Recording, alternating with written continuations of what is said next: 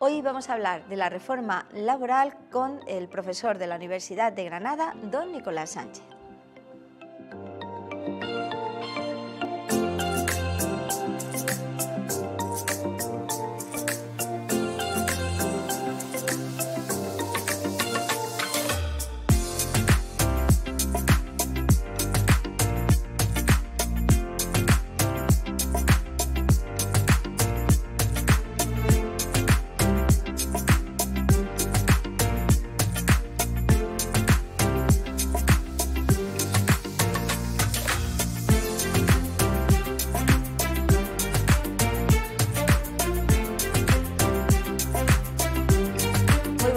Bienvenidos un día más a nuestro programa Aula de Derecho.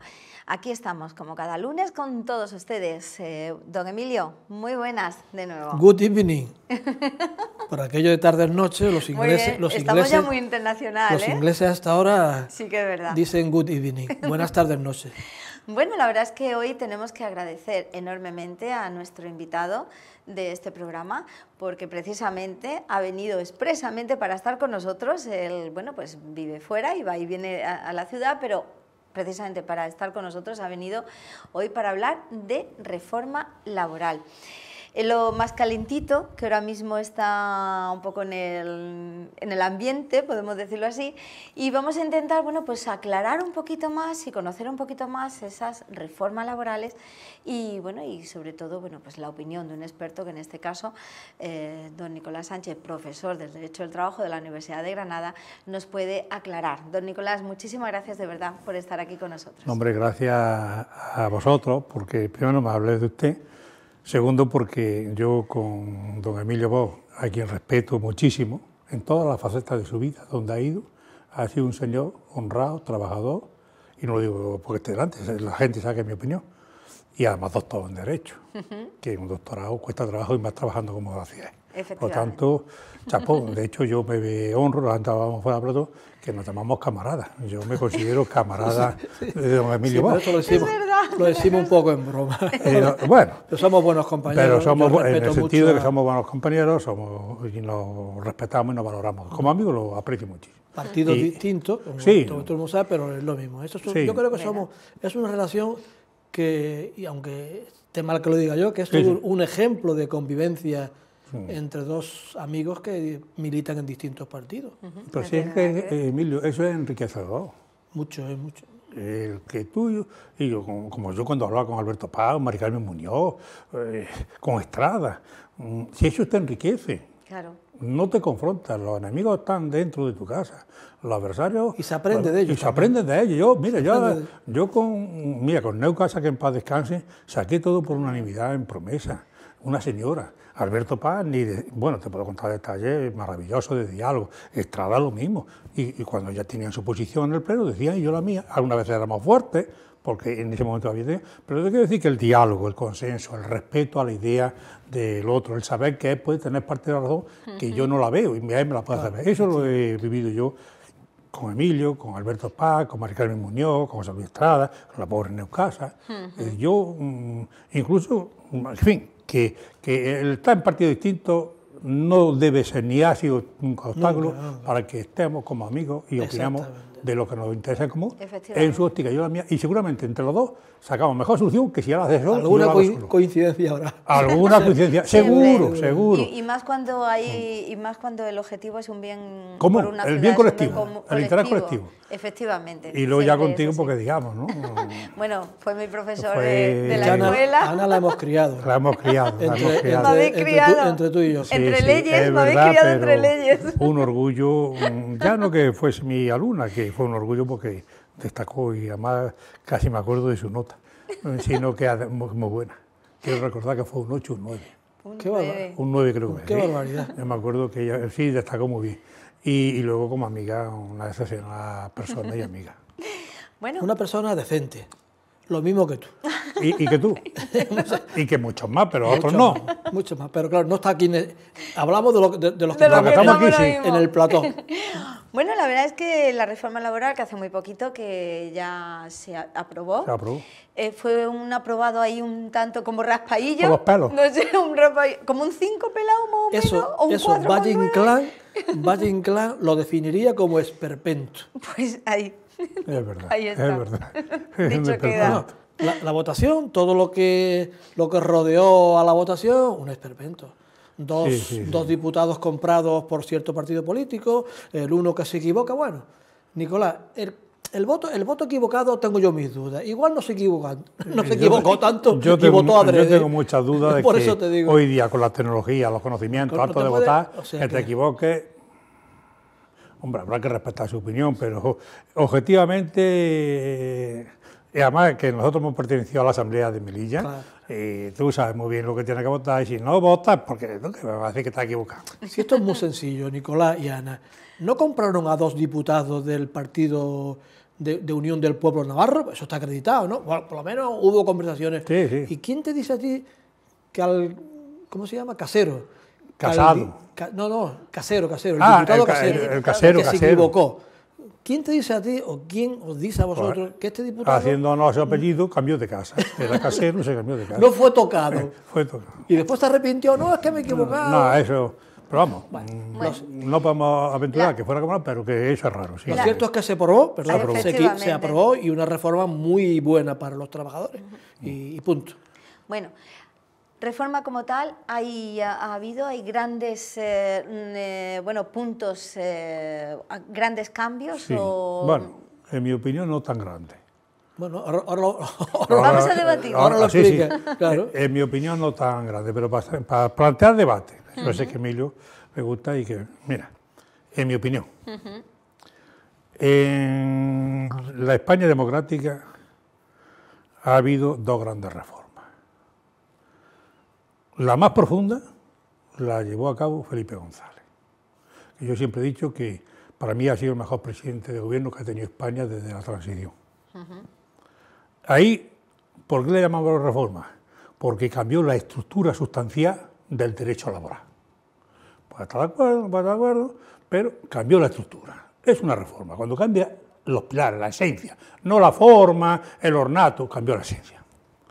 Desde Felipe González nadie hizo ninguna, y ahora sí que te comento, con leyes en la mano, una reforma hasta Rajoy. ¿Hace otra reforma? Sí, la penúltima, ¿no? La penúltima, me alegro que diga la penúltima. ¿Por qué? Porque después ha habido otras reformas. Entonces, cuando dicen la reforma, ¿de qué reforma? ¿De la de Rajoy o de la que hizo Pedro Sánchez, que hizo su reforma laboral? También, efectivamente. Pero que curiosamente, y además se puede hablar con la ley en la mano, lo que hizo fue avanzar en conceptos de flexibilidad de la relación entre empresario y trabajador. Porque se dio cuenta, como se había dado Rajoy y como se da en la Unión Europea, que hoy día la empresa, esa estructura anquilosada del siglo XVIII, eso ya ha cambiado. La empresa estamos en las nubes, la empresa hoy, el teletrabajo, el trabajo a distancia, eso ha cambiado el sistema. Y si yo a Emilio, por el puesto que trabajo que tiene mi empresa, le doy un trabajo a distancia, que no es lo mismo que trabajo a domicilio, o teletrabajo, no es lo mismo, pero le doy el teletrabajo, que significa la diferencia con el otro es que él elige hasta el lugar donde presta el trabajo y el horario, yo tengo que respetarle todos sus derechos y que no le cueste trabajo ni efectos psicológicos perjudiciales. Pero le estoy facilitando su vida laboral, su vida familiar, le estoy facilitando el que su mujer pueda trabajar en otro sitio. Ese concepto que se introduce con la reforma de Rajoy, Pedro Sánchez lo avanza. Lo que pasa es que los discursos cambian. Luego, 3 reformas que se pueden tomar como referencia. Esta última, en mi humilde opinión, no han hecho nada más que pinceladas. Y luego una reforma fuerte, que lo explicaré, y que yo no, bueno, respeto, pero yo creo que no va a dar los efectos que ellos quieren, ojalá. ¿En qué digo que son pinceladas, Emilio? Pues hay una tesis doctoral de Prado de Reyes, ya en los años 70, que ha hablado de los contratos formativos, los contratos en práctica, los contratos de formación, y eso se ha ido manteniendo. ¿Qué ha hecho esta teórica reforma laboral votada por un señor Casero que se equivocó? Pues moderar los contratos formativos. Elimina el contrato de prestación de obra y servicio determinado, que es bien que se elimine porque eso daba concatenación de contratos y fraude contractual, entonces es justo, en mi opinión, que se quite. y no va a más. Procura reducir la temporalidad, cosa positiva, pero no se va a conseguir. ¿Dónde está, para mí, la razón de por qué se han metido en esta reforma? Sobre la de Rajoy, no sobre la suya. En que la reforma de Rajoy, sí es verdad, y yo, cuando dice Emilio, que perjudicaba a los trabajadores, que pueden perjudicar, es verdad que ahí podemos discrepar. ¿Por qué? Porque Rajoy lo que hace, la reforma de Rajoy, lo que hace es que fomenta los convenios colectivos de empresa y le quita implantación o validez o desarrollo a los convenios colectivos de autonómicos o nacionales. ¿Qué pasa? Que el sindicato de clase, Comisión Obrera y UGT, pues, y los otros sindicatos, pero vamos, estos que han sido siempre sindicatos pilares del sistema democrático, lo más importante. No tocaban pelo, es decir, no entran, porque hoy día, mira, aquí hay empresas, no digo el nombre, que han llegado a 183 trabajadores, y cuando había elecciones sindicales no votaban. Ellos tenían a 2 personas de confianza que eran las que se relacionaban con el empresario. Y bueno, en el convenio de empresa, el sindicato de clase no toca pelo, y había que devolverle protagonismo a los sindicatos de clase. Esa es la gran reforma, elimina la negociación, no la elimina, pero vuelve a fomentar, a favorecer la negociación colectiva de ambos ámbitos autonómicos nacionales en detrimento de la negociación colectiva de empresas. Y luego la ultraactividad de los convenios. Ahí ha cambiado. La reforma de Rajoy quita la ultraactividad, te explico. Nosotros somos una empresa, firmamos un convenio colectivo, le damos una vigencia de 4 años. Si no llegamos a firmar otro nuevo, ese convenio se considera prorrogado hasta que se firme el nuevo. Con la de Rajoy, no. Se acababa el convenio y ya no producía efecto. Teníamos que negociar o mantenernos lo que teníamos. Entonces, en el ámbito del derecho colectivo y de apoyo al sindicato, es una gran reforma. Es decir, es profunda, digamos. En el ámbito de las relaciones individuales, contractualidad, modelación de lo que teníamos. ¿Por qué? Porque en todas cosas Europa no te permite otra cosa. Claro, es que dependemos mucho de Bruselas y de la Unión Europea. Pero yo estoy de acuerdo en muchos aspectos con Nicolás, entre otras cosas porque sabe más que yo, porque es profesor de Derecho del Trabajo. Y yo creo que lo más importante de la reforma, estarás de acuerdo, es que elimina la temporalidad. O sea, el contrato precario, eso ya pasa a en algunos casos, pasan a ser contratos indefinidos. Y eso es muy importante para el trabajador. Sí, pero esa filosofía, Emilio, desde la reforma de Rajoy, porque González, en fin, en contra de sus principios, pero no, fue un hombre de Estado y tuvo que hacerlo. González fomenta la contratación temporal, pero tenía sus razones. Y yo creo que lo hizo bien. En el momento puntual. En el momento puntual, claro. Que tú no me puedes comparar a González, ahora que no me puedes comparar a González con Aznar, que gobierna en un esplendor económico, y a él le tocó una crisis. En fin, la reforma de González fue la verdadera reforma. Con un golpe de Estado muy reciente, el golpe de Estado. Claro, que todo eso. González sí que hace un cambio. Vamos, yo de hecho, a consecuencia de eso, publiqué un artículo que era la mutación morfológica del derecho al trabajo, que tuvo mucha aceptación a la doctrina. Y ahora, con esta reforma, he escrito uno en una revista italiana internacional de Laboro y Providencia, que está siendo muy leído, que es del trabajo, objeto del derecho al trabajo, a la legislación social para la pequeña y mediana empresa. Hemos ido evolucionando en esos aspectos, buscando un equilibrio de interés entre empresario y trabajador, sin olvidar al trabajador, la tutela tiene esta. Entonces yo coincido con él, que eliminan, todos han ido buscando la estabilidad. Rajoy lo intenta, fomentar lo indefinido, lo intenta Pedro Sánchez. Algunos lo consiguen, otros no. Otros no. Porque, claro, ahí hay dos cosas muy importantes. La ley, y él sabe, es doctor en Derecho y abogado en ejercicio, sabe más que yo. La ley da un contenido, pero luego la interpretación da flexibilidad de actuación. Y lamentablemente en todas las casas se cuecen habas y hay personas falta de ética. Entonces, puede ser que se hayan utilizado tanto la de González como la otra por empresarios de poca concienciación social y de poca visión empresarial del siglo XXI, que esos contratos, que en sí no eran malos, como el contrato de obra y servicio determinado, lo hicieron malos, no por el contenido, sino porque abusaban de ellos. Lo ejecutaron malamente. Lo ejecutaron malamente. Sí, entonces ahí un poquito como de mala fe, entre comillas, hombre, o de... se prestaba a renovar. Entonces tú tenías... Buscando la mayor rentabilidad para la empresa. La empresa tiene que buscar la rentabilidad, eso es lógico, ¿no? Y si tiene rentabilidad, mejora las condiciones de sus trabajadores. Si no tiene rentabilidad, lo vamos a estar a la calle. Pero entonces, ese contrato, bueno, ¿cumplía su papel? Sí. ¿Hay quien ha abusado de eso? Sí. Claro. ¿Había que cortarlo? Sí. Claro. Y se ha cortado. Pero en sí eran las pinceladas, modelar, la reforma que ya había hecho ellos mismos. ¿Y cuáles son los puntos de unión de Rajoy y Sánchez en sus dos reformas? No esta, que ya he dicho. Pues que descubren lo que estábamos hablando antes, que las empresas están en la nube, que está en otra órbita. Hoy estamos en la transnacionalización de empresas y de trabajadores.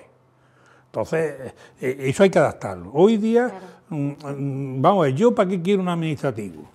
De 8 a 3, si esa misma labor la puede estar haciendo donde él quiera y los balances tienen que estar a final de mes y tal.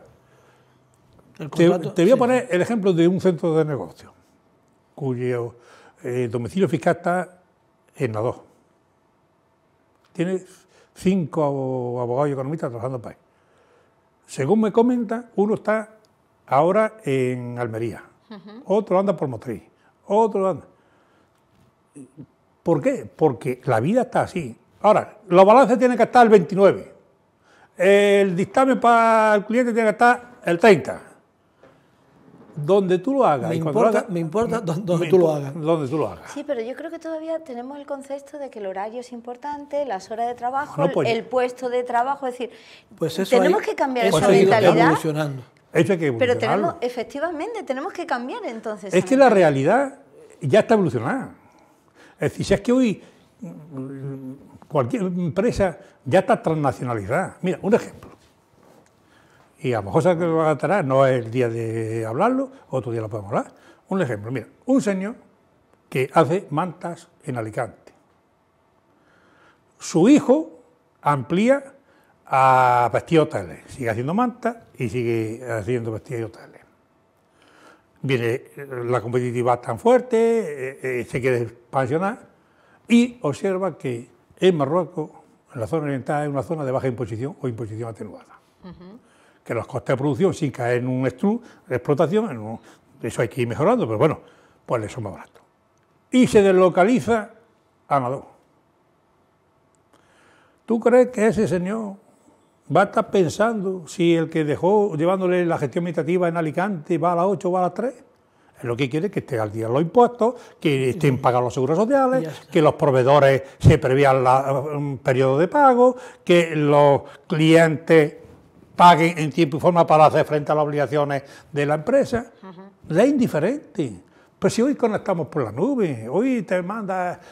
Tú, no, mira, se te rompe el teléfono y va al chino y te arreglan el teléfono y te recupera un 10% de los contactos. Dice el chino, usted está loco, ¿por qué no guardas en la nube sus contactos? Si hoy guardamos todo en la nube. Toda la memoria. Y además eso mejora al trabajador. Porque la conciliación familiar, su tranquilidad, porque claro, el trabajador... Trabajan mejor. Claro, y rinde más. No te importa echar una hora de más, no te importa... Habrá puestos de trabajo que no.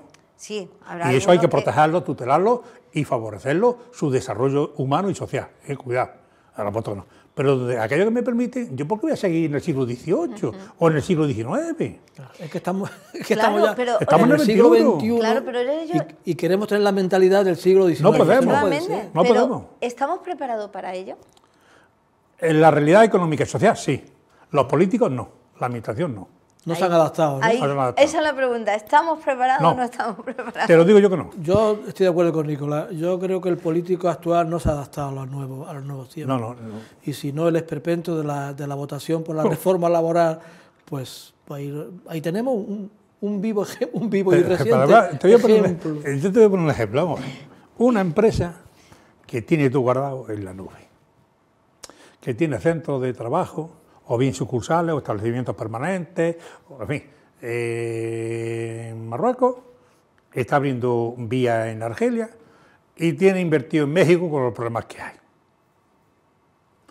Y, lógicamente, su gestión financiera ahora la ha deslocalizado de España a Marruecos por las ventajas que hay. Vale. Eso, sus gerentes, sus gestores, sus medios guardan todo arriba. Y cuando quieren van a la nube y bajan. Sin embargo, el Estado español, como el europeo, está anquilosado y te pide un domicilio fiscal en la calle Jacinto Benavente, número 5. Pero si allí no hay nada, si allí como mucho hay un terminal. Entonces, sí, busca usted, ¿qué ha pasado? Que el Estado no se ha evolucionado para tener mecanismos suficientes para inspeccionar a mi empresa en los siglos XXI en la nube. Seguimos, no tiene usted que venir a la inspección de trabajo en tal sitio. Tráigame usted papeles, pero oiga usted, pero esto ya, si usted va, es que he ido a su dirección principal de la calle, yo qué sé, San Lucas de, ¿cómo se llama? El número tal, y no había nadie. Pues claro, señor, si yo me dedico a una prestación de servicios, pues los míos están en su ordenador y están. Entonces, nos queda ya un poco tiempo, pero entonces... Casi se me va la pregunta, porque he dicho algo que estoy viendo. Entonces, realmente estamos intentando reformar lo que es las leyes laborales, pero si no reformamos o cambiamos eso, ¿qué hacemos con tanta reforma de leyes laborales? Pues hombre, vamos avanzando, como decía Emilio, pues, por ejemplo, el contrato que se concaternizaba por algún empresario ya no se puede hacer. La temporalidad poco a poco se va reduciendo desde Rajoy, Pedro Sánchez y seguiremos, pues ya vamos consiguiendo.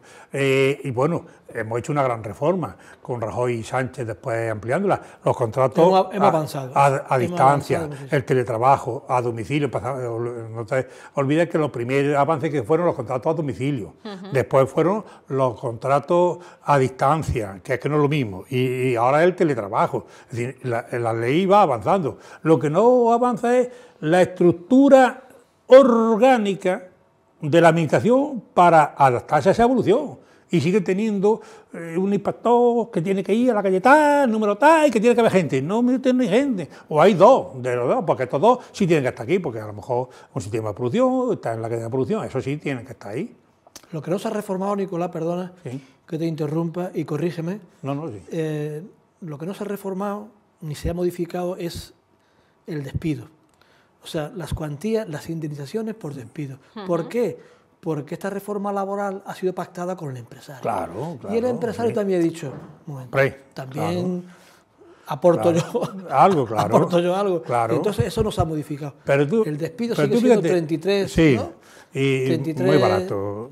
Pero fíjate lo curioso. 33 días por año trabajado. Pero fíjate, el mayor abaratamiento de los despidos lo hizo Felipe González, pegó un bajo. Tal. Vamos, y se ha mantenido, se sigue manteniendo. Vamos, hay que ser sensato. Cuando uno negocia, todo tiene que hacer. ¿Vale? Claro, yo cedo un poco. Y se ha ido cediendo. Segundo, hoy día el empresario está muy agobiado con presión fiscal. Es que no es justo que se pague en España tanto impuesto, detrayéndole sus beneficios brutos, con lo cual los beneficios netos son menores. Poco va a ayudar a los trabajadores porque no tiene beneficios. Está demostrado que una baja presión fiscal, sin olvidar la tutela del trabajador, cuidado, que una cosa es, pero hoy día un autónomo, pero vamos a ver, en una pandemia, y le han subido al autónomo la seguridad social, han subido o no bajan la presión fiscal, les meten controles, pero ¿cómo quiere usted que avance? Este Estado tiene que avanzar. Mira, cuando había problemas... En septiembre del 2018 estaban conmigo aquí en Melilla, está la foto, haciendo el primer congreso jurídico hispano-marroquí, jurídico social. Y había 3 altos cargos de Marruecos aquí conmigo. Y los gobernantes entonces, el mismo día que salían ellos hablando salían que Marruecos está mal, que Marruecos está... Quiero decirte que la relación política es una cosa, la actitud del político es otra cosa, pero la vida social y económica sigue. Sin duda. Y hoy día los trabajadores están transnacionalizados, mucho, sobre todo los más cualificados. Globalizados, digamos, ¿no? Globalizados. Bueno, yo tengo un concepto que está publicado, yo tengo 2. La planetarización de la empresa y por todas las relaciones sociales, y luego, yo ya me he dicho que de conferencia, yo me resisto a hablar de unidad productiva. ¿Por qué? Porque es tan importante el capital como la fuerza de trabajo. Cuidado. Porque si tú tienes 1.000 millones y pones a lo mejor plantas de aceite y no tienes trabajadores, ¿qué va a hacer? O los tengo a disgusto porque no les pago bien. bien. Tú eres tonto. Claro. Mi abuelo me enseñó a mí que el 30% del beneficio neto de una sociedad tuya tenía que ser para los trabajadores, aparte de sus dignos sueldos. Muy bien, muy bien. Porque sin trabajador tú habrás, además muchos heredan, otros tienen incentivas. Pero tú llegas a 1.000 millones, montas la mejor maquinaria de aceite, lo que quieras. Y ahora puteas al trabajador. Si no tienes un especialista que la maneje. Pero tú no te das cuenta que es tan importante como el capital. Por eso estoy diciendo, el equilibrio entre los dos tiene que buscarse. Me quedan 3 minutillos, más no recuerdo ya, por ahí, y por estos 3 minutillos quisiera, aunque sea brevemente, de esta reforma laboral que se ha puesto en marcha, para ti, ¿cuál ha sido lo más negativo o lo más positivo? ¿Algún punto? Yo lo más negativo es que no se haya tocado el despido, pero claro, tiene su lógica, ¿no? Es que también el empresario ha contribuido. Y es una reforma histórica, en la cual han intervenido los empresarios, que ya es difícil poner al gobierno, empresarios y sindicatos. Eso es lo más negativo. Bueno, lo más negativo, digamos lo que no se ha cambiado. Y lo positivo, ya lo hablamos en este plató hace un par de semanas, es que hemos terminado, o por lo menos estamos tendiendo a terminar con la precariedad y con los contratos temporales, pasándolos convirtiéndolos en contratos indefinidos. Hombre, yo coincido con Emilio que desde la reforma de Rajoy, Pedro Sánchez y ahora, se va trabajando en la medida que se puede en reducir la temporalidad y en dejar a favor de la estabilidad en el empleo y dejar figuras contractuales que no permitan, que no faciliten. El 90% de los empresarios no lo hacen, pero puede haber que lo utilicen mal utilizados, si me apura, en un fraude de ley para concatenizar puestos estructurales. Fraude de ley, sin duda. Sin duda, por eso ya digo. La vida hasta ahora. Así, por eso te digo, un fraude de ley ahí, nada más. ¿Qué lamento yo? Que ahí podríamos a lo mejor discrepar. Yo creo, sinceramente, que el convenio colectivo de empresas es más vivo y más real que los otros. Y le voy a explicar una cosa. Imagínense que vamos a hacer el convenio colectivo de limpieza de edificios y locales de la Ciudad Autónoma de Melilla. ¿Usted cree que Carmelo Martínez o Coime o Clece pueden negociar en las mismas condiciones que la pobre Malica, limpieza? No, evidentemente no. El convenio tiene que ser de empresa, porque como los trabajadores tienen el legítimo derecho de tener la información contable y financiera de la empresa, pues si usted ha tenido beneficio, parte tiene que venir a mí. Pero si yo soy trabajador de Malica Limpieza, no le puedo pedir a Malica que me suba un 3%, a lo mejor las otras empresas lo pueden hacer, porque tienen muchos contratos, tienen muchos clientes y pueden hacerlo, a lo mejor pueden hacerlo. Pero Limpieza Malica no, entonces hay que pensar en eso, en el pequeño y mediano empresario. Entonces yo creo que hubiese sido más vivo y más adecuado a la realidad los convenios de empresas, pero bueno, sí, como están legalizados y están regulados jurídicamente, los autonómicos y los nacionales, si se opta por esa vía, pues ya los trabajadores decidirán si votan o no votan, claro. A quién elige representar ya, el pueblo soberano, en este caso la Asamblea de Trabajadores decidirá. Y por lo menos hay que dar la idea de don Nicolás, que es profesor de Derecho Laboral. Ahí está. La verdad es que es una autoridad, se nos ha quedado... por lo menos para que a nivel local no caiga en saco roto su idea. Efectivamente, bueno. La verdad es que se nos ha quedado muchísimas cosas todavía, podríamos haber seguido hablando. Muchísimo. No tenemos tiempo para más, a lo mejor nos estamos pasando un poco. Y, don Nicolás, la verdad es que le damos las gracias por haber estado aquí con nosotros. Un placer, y lo tenemos para el próximo... Si él quiere, sí. Yo cuando quieran, porque ya os digo, la amistad que yo tengo de él. Y luego también, todo lo que sea llevar este ámbito universitario de diálogo y consenso a la ciudad melillense es bueno. Claro que tenemos sí. que ser personas de diálogo, de respeto, de sensatez, de prudencia, no de peleas, de discordia, yo no te gusto a ti, tú me... Entonces, este aula de derecho, lo bonito del derecho es el saber dialogar, el saber respetar, el comprender a la otra parte, el ver que lleva muchas veces razón y tú no, y te das cuenta, pues perdona, amigo, lleva razón, choca la mano, firmar el convenio colectivo, ¿qué cojones? Lleva razón. Un ejemplo de diálogo entre Nicolás y yo. Sí. Partidos distintos y nos llevamos como hermanos. A mucha honra. Es casi la vida. A mucha honra. Así es verdad. Pues don Nicolás y don Emilio, despedimos el programa Habla de Derecho y darle las gracias a todos ustedes por compartir un ratito de su tiempo con nosotros. Volveremos. Adiós.